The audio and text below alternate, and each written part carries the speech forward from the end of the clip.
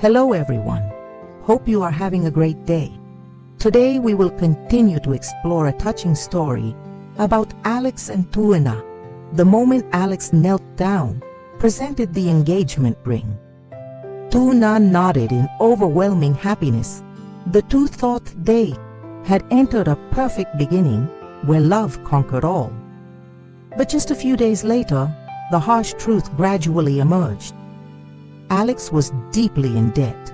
Tuna, from a girl who had just become a happy fiancée, now had to face the harsh reality. Her man was at risk of losing everything. So what will she do? Leave him alone to turn his back, or join Alex in a battle to escape the death spiral? Let's watch the video until the end, and if you like it, subscribe to the channel so you don't miss any good footage. One peaceful morning, the early morning sunlight gently penetrated the window.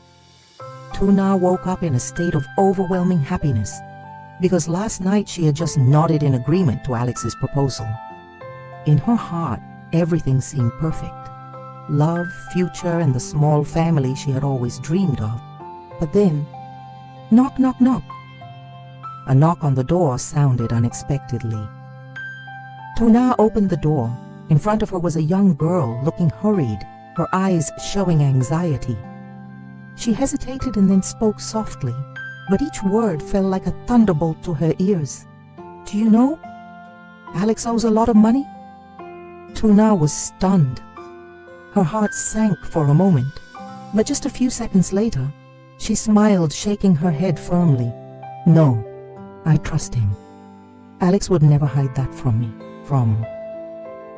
While at home, Tuna was still shocked by the strange girl's warning. On a small street corner, another story was happening. The roadside coffee shop was quite empty early in the morning. Alex sat quietly in the corner, the cup of coffee in front of him had gone cold. Opposite him was a fat girl with a round face, sharp eyes, and a harsh voice. Alex, how long are you going to put it off? He lowered his head, his voice low. I just need a little more time. I will pay, I promise. She laughed sarcastically, her fingernails tapping on the table. How many times have you promised? Do you think I'm sitting here listening to you tell fairy tales? Alex gritted his teeth, sweat beading on his forehead. Please, just 30 more days. The girl's eyes flashed, her voice cold. 30 days? Okay. But if you break your promise again, then let's see if your new bride can handle this shock. The sentence made Alex stunned. His heart stopped beating. He jumped up, almost begging, don't drag her into this. This is my problem. The girl curled her lips into a smile, then stood up. The chair screeched loudly. Before leaving, she leaned close to Alex's ear. Remember, 30 days. Otherwise, don't expect to see Tuna and her mother again.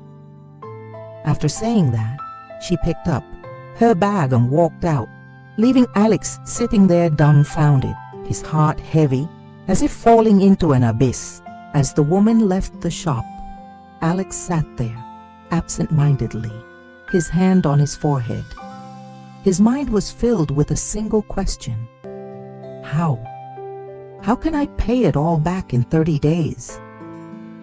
At the same time, at Tuna's house, while cleaning, she accidentally picked up a piece of paper that had fallen under the chair.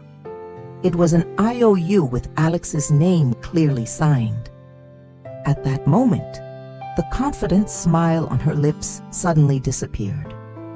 The morning warning suddenly rang clearly in her head. And this time Tuna could not help but believe it. That afternoon, Tuna held her baby in her arms and hurried to Mrs. Tone's house, an old neighbor who had always helped her. Mrs. Tone, her voice trembled, her eyes red. Do you have some money? Lend it to me. I will try to pay it back. Alex, he is having a hard time. Mrs. Tone looked at Tuna, her eyes filled with pity. She put her hand on her shoulder and sighed softly. Tuna, I really want to help, but my family can't even take care of us. You have to think of another way. Tuna bit her lip, hugged her child tighter. Tears fell down her child's cheeks. In that moment, she felt like the whole world was turning its back on her. In the dark room, Alex sat slumped over the old wooden table, the flickering yellow light shining on his tired face. His hand trembled as he dialed the familiar number. The phone rang a few times, then a deep voice rang out. "Alex, it's been a long time since you called. What's the matter?" Alex hesitated, his throat tightened. Then he spoke in a pleading voice. "Adam, let's meet.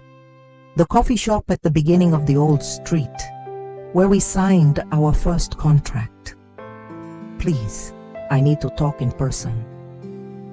Tuna sat on the porch, her hands trembling as she dialed Alex's number. "Beep, beep, the subscriber you have dialed is currently unavailable." The cold voice rang out. She dialed again, and again, but it was still hopeless. The 8th phone fell into her palm. Tuna absent-mindedly walked out onto the porch. The afternoon wind blew gently. The last rays of sunlight spread across the small alley, but her heart was heavy.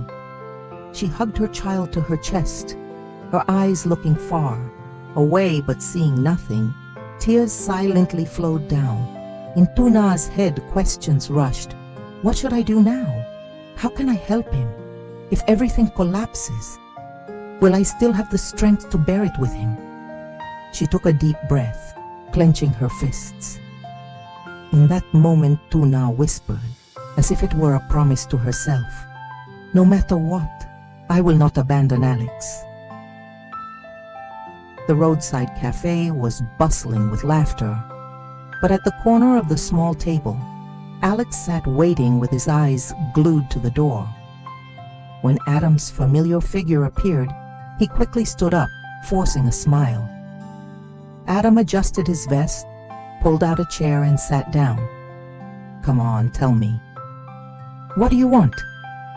Alex looked straight into his friend's eyes, his voice trembling but full of hope.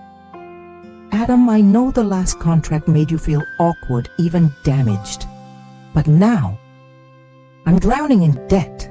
If I can't get the money, everything will collapse. Just lend me a sum of money. Just 1 month, I swear. I will pay back both principal and interest." Adam was silent, holding the cup of water in his hand, turning it around as if he was thinking. Alex held his breath and waited, his heart pounding. A glimmer of hope flashed in him, like the last lifeline. But then Adam gently put down the cup. His eyes turned cold, listening. "We used to be friends. We used to work together. But after all, I understand one thing. You are not trustworthy anymore. Money and debt are no joke. Sorry, I can't help." Alex was stunned. His lips moved, but he couldn't say a word. He lowered his head, his hands clenched into fists under the table. Adam stood up, put on his coat, leaving only a short sentence. "Take care of yourself, Alex." Alex wandered the streets, tipsy, staggering. When he got home, the smell of alcohol was strong. He collapsed in front of his mother, his eyes red. "Mom, I'm really stuck. I don't want to lose Tuna, but I owe too much." The mother sighed, hugged his shoulders and said softly, "Don't worry, son. I'll find a way to help. Rest, and we'll think about it together." Alex nodded, walking upstairs with a tired body. In his daze, memories flooded back. Tuna's clear smile, the afternoon they sat by the lake together, their warm hands clasped tightly together, the simple promise of a future home. A tear rolled down the corner of his eye. Deep down, Alex knew he couldn't let himself fall.